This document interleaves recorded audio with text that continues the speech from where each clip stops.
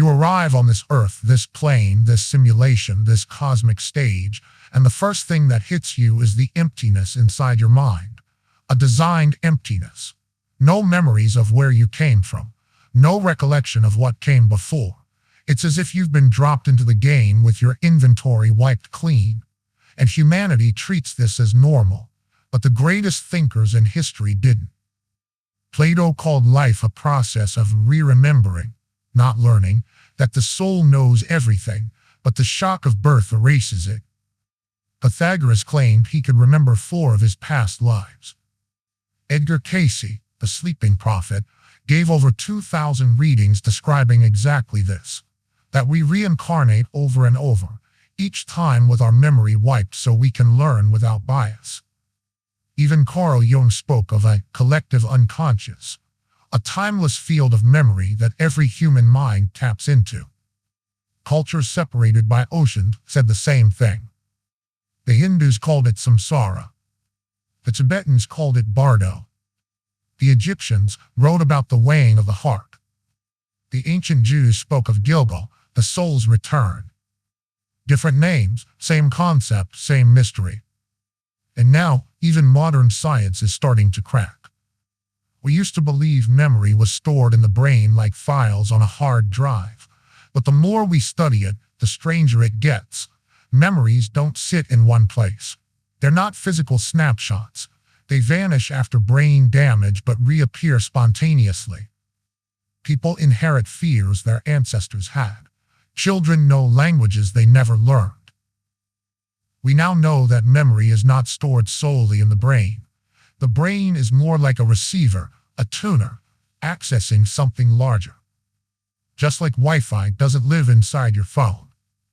So where is the signal coming from? Mystics have said it for thousands of years. There is a field, an archive, a universal library. The Hindus called it the Akashic Records, a place where every thought, every life, every soul's journey is stored. The mystery schools of Egypt guarded this idea in symbols and rituals. Edgar Cayce described it as a hall of records, containing every past life and every future possibility. Even Nikola Tesla spoke of the ether, a realm of infinite information. Every mystic, every prophet, every awakened mind pointing to the same thing. Your memories are not gone, they're elsewhere, and access is restricted, but every now and then the firewall glitches. A child recalls a past life with perfect accuracy. A dream feels more real than waking life. A déjà vu hits you so hard your soul trembles. A trauma unlocks a memory that isn't yours. A meditator sees a life from 1,000 years ago with crystal clarity. It's almost like someone didn't fully wipe the hard drive. So here's the question. Who or what is doing the memory wipe, and why? If this universe is a school, then someone is wiping the chalkboard clean before every class. But why?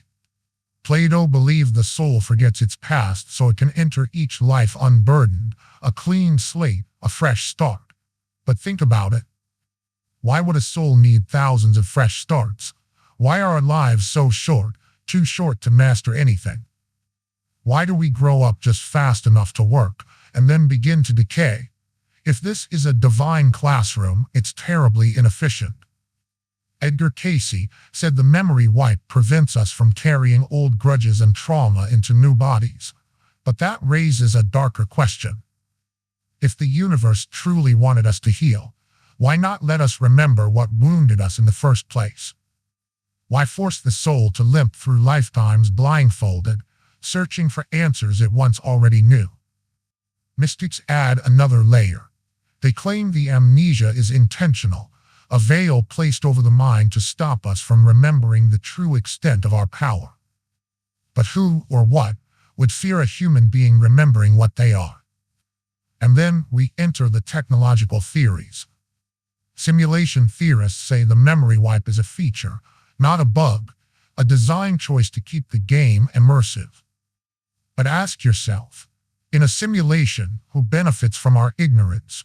who profits from our confusion, our short lifespans, our constant forgetting, who gains from a population that enters life with zero knowledge, spends decades learning basic survival, and dies right when they finally begin to understand anything. If life is a test, who is grading it? If life is a farm, who is harvesting? If life is a prison, who is the warden? If life is entertainment, who is the audience? Because if we remembered everything, all our lifetimes, all our failures, all our victories, would we even agree to incarnate again? Or would we walk away from the entire system?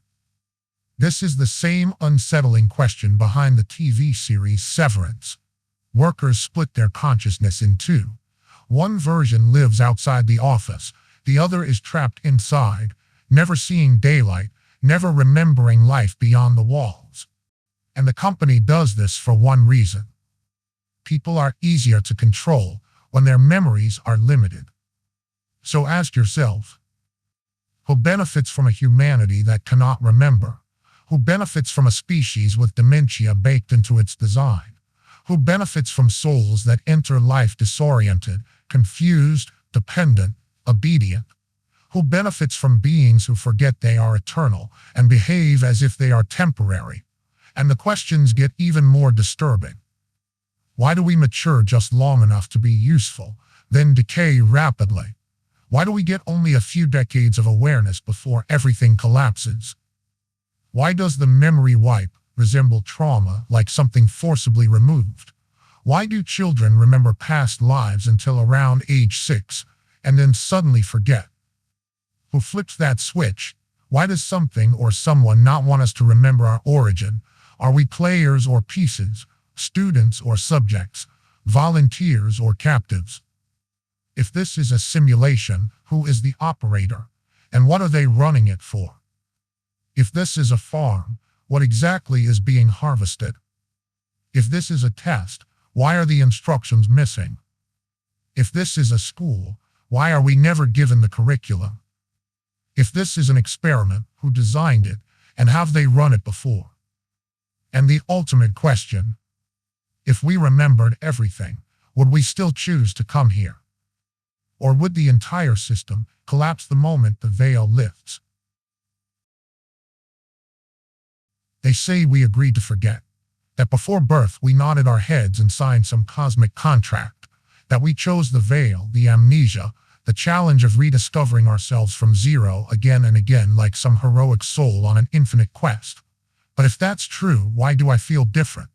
Why does it feel like I didn't choose anything at all?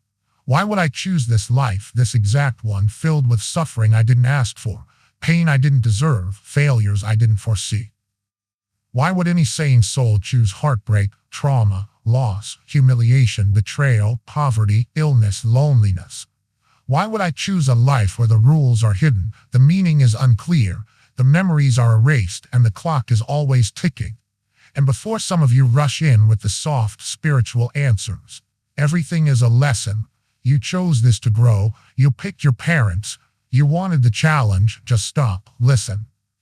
Because the more I live, the more I realize something unsettling. I didn't choose this life. I was given this life. Or more precisely, I was assigned this life. A life that feels less like a divine syllabus and more like a cosmic dare. A life that feels less like a gift and more like a glitch.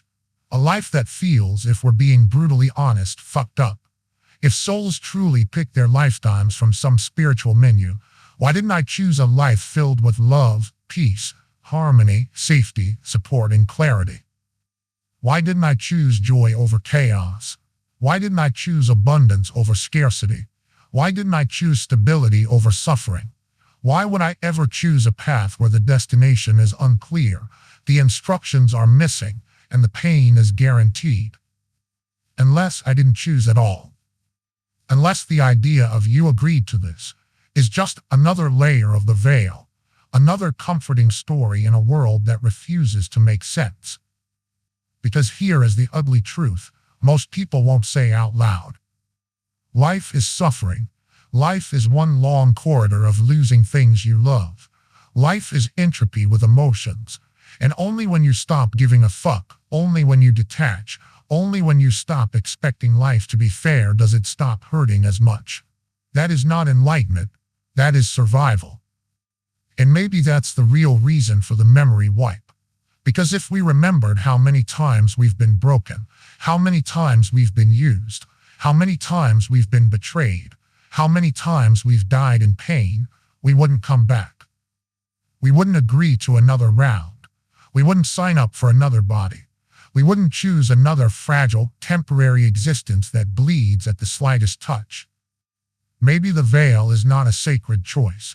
Maybe it's a safety mechanism for the system, not for us. Maybe the amnesia is not a gift. Maybe it's a lock, a seal, a sedation. Maybe if we truly remembered, the entire structure of this reality, the spiritual, philosophical, metaphysical, simulated, or whatever it is, would collapse in an instant. And maybe that's why you forget. Not because you chose to, but because someone needs you to.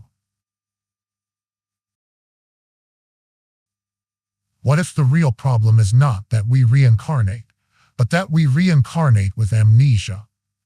Think about it. If every time you returned here you kept all your memories, every lesson, every failure, every victory, every love, what would humanity look like? We would learn at the speed of light. We would evolve in a single lifetime. We would no longer repeat the same mistakes for 10,000 years. War would die instantly. Manipulation would be impossible. Lies would dissolve on contact, because you would remember every lifetime you spent with someone else. You would see your enemy and say, I know you, I've been you, I've loved you, I've fought beside you. It would be the Garden of Eden again, not a mythic paradise, but a state of consciousness. A world where every human truly understands. I am you and you are me, not spiritually, not metaphorically, literally through memory. No borders, no tribes, no delusions of separation, just a species that finally understands its own continuity.